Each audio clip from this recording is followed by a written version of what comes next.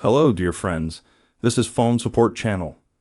Before you start watching this video, please subscribe to the channel and give it a like. Thank you.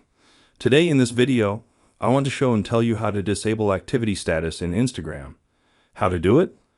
First of all, you log into Instagram. What is activity status?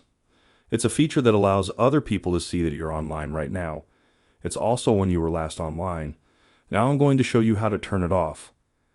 Go to your profile and tap the three bars. Then select Settings and Privacy. Click on Search, and in the search we write the word Status, and here we find the item Show Activity Status. We select that option. If we turn off this checkbox, the activity status will be disabled.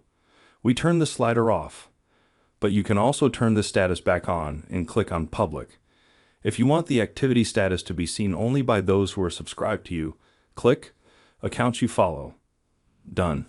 Nothing complicated. If you like this video, please like and subscribe to the channel, and also watch other useful videos on the channel. That was Phone Support. Bye bye.